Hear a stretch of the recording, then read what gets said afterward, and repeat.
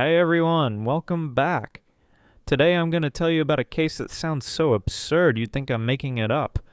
A woman, a suitcase, a game of hide and seek, and a man who never came out.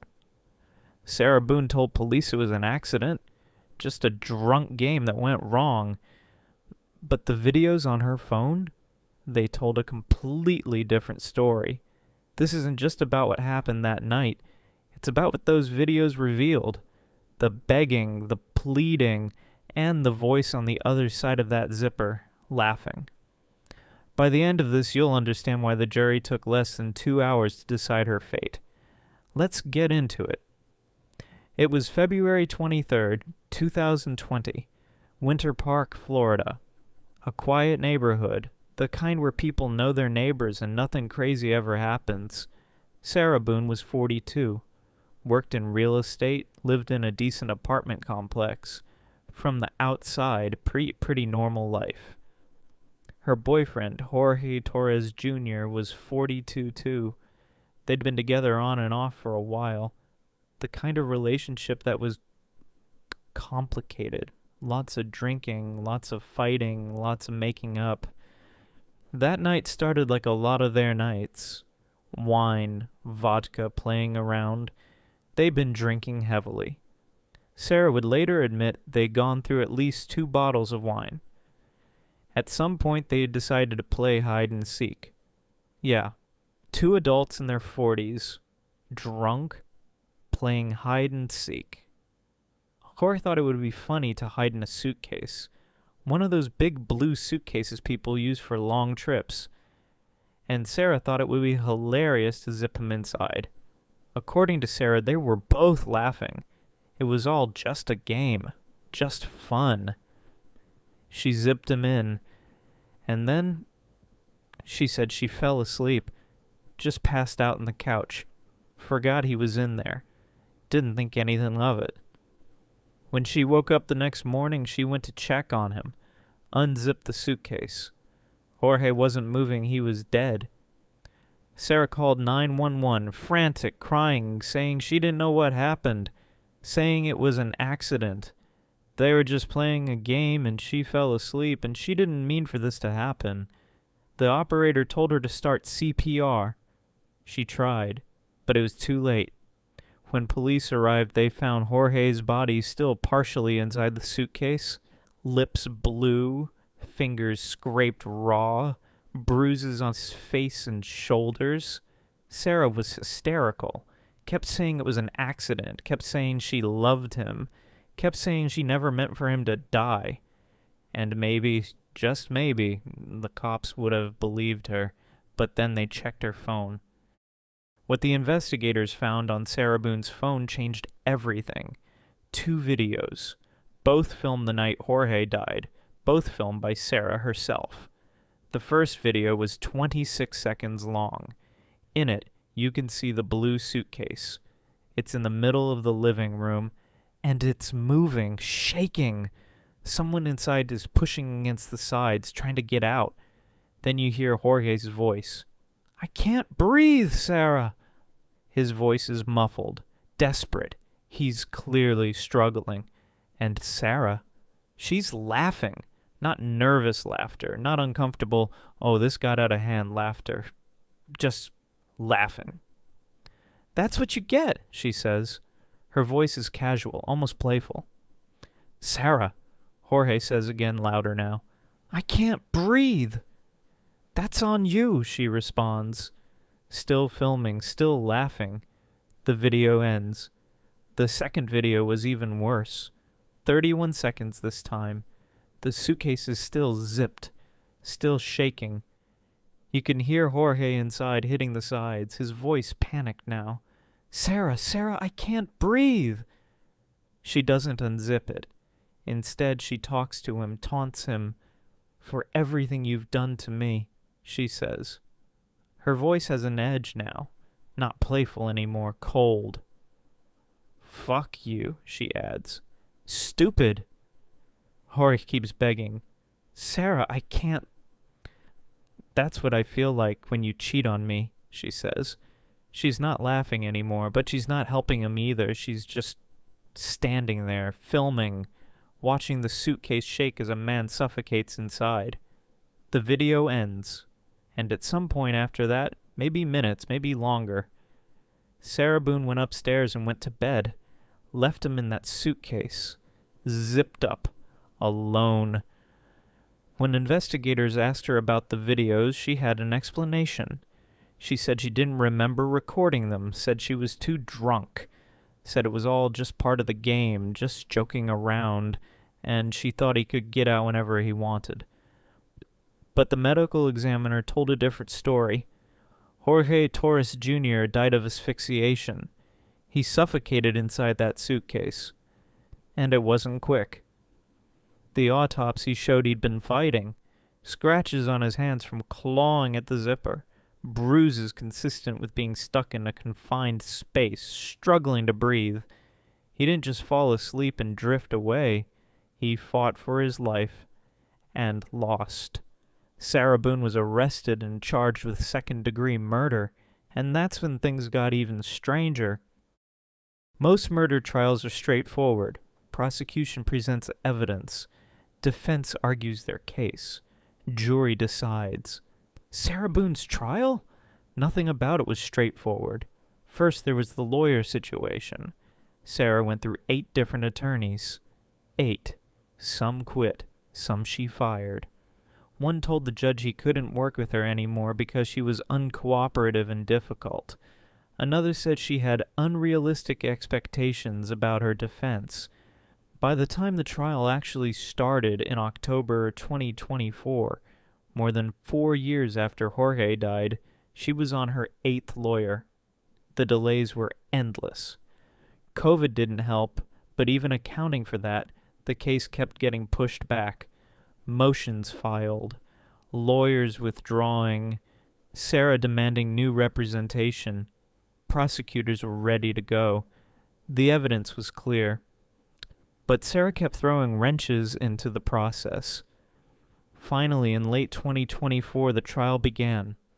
The prosecution's case was devastating. They played the videos.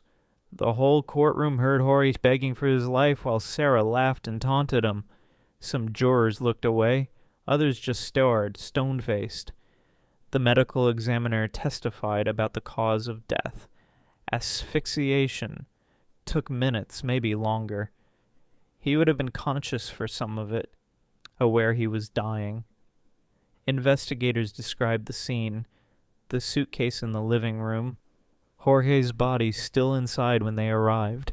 Sarah's conflicting statements. The defense's strategy was questionable.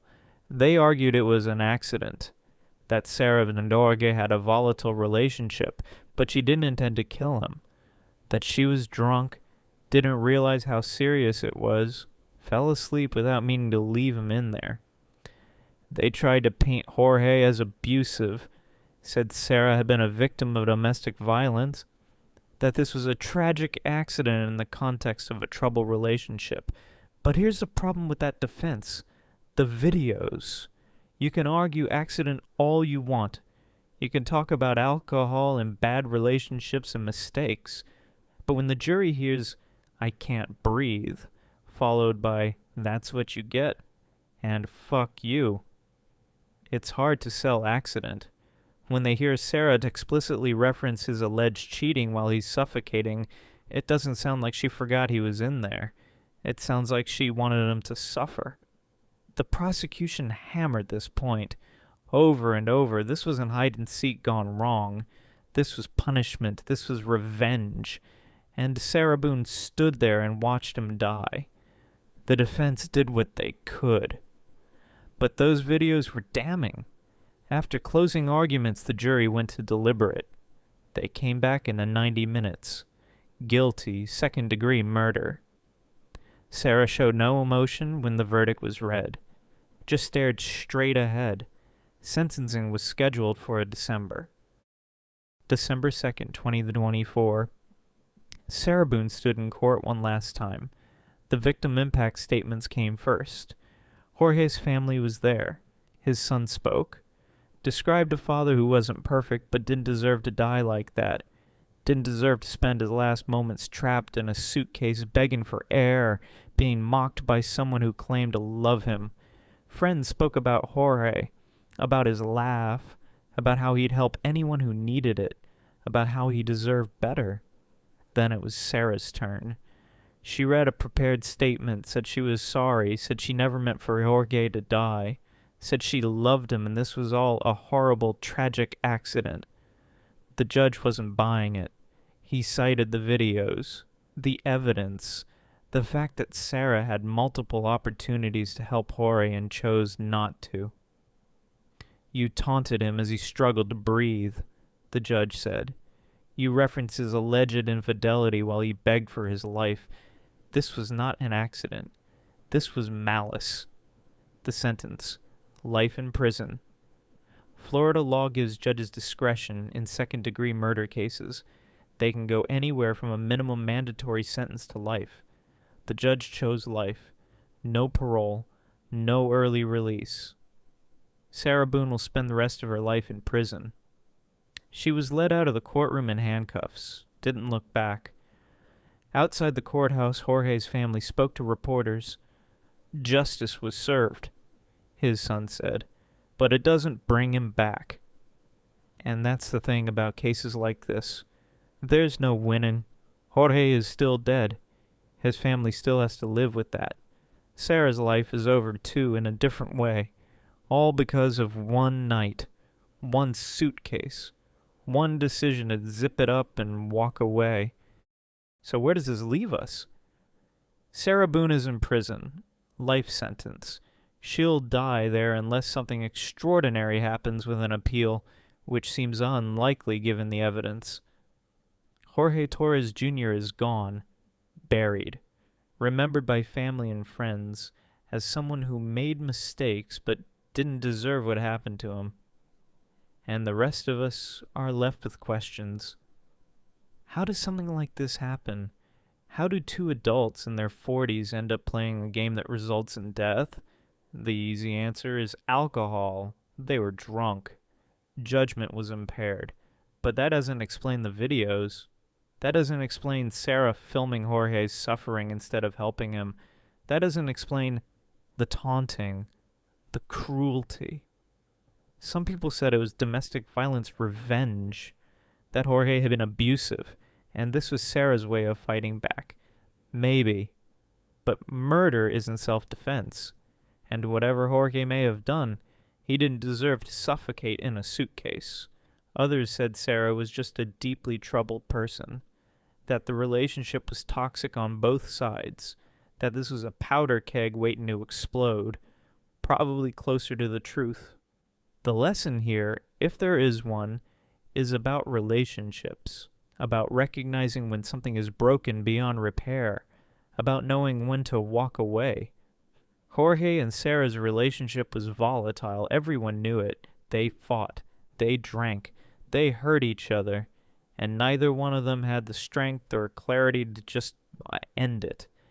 Instead, they stayed, kept drinking, kept fighting, until one night it went too far. Way too far. I'm not here to tell you Sarah Boone is a monster. I'm not here to tell you Jorge Torres was a saint. What I'm saying is this. Their story is a cautionary tale about alcohol, about toxic relationships, about the split-second decisions that can ruin lives forever. Sarah probably didn't wake up that morning planning to kill anyone, but by the end of the night, that's exactly what she did. And now she'll spend the rest of her life paying for it. The case is closed. The trial's over. Justice, as the family said, was served. But the story sticks with you. The image of that blue suitcase, the sound of Jorge's voice in those videos, the coldness in Sarah's responses. It's one of those cases that makes you realize how fragile everything is, how quickly normal life can spiral into tragedy, how one bad night can end everything. Sarah Boone will have a lot of time to think about that. Decades in a cell, alone with her thoughts and the memory of what she did.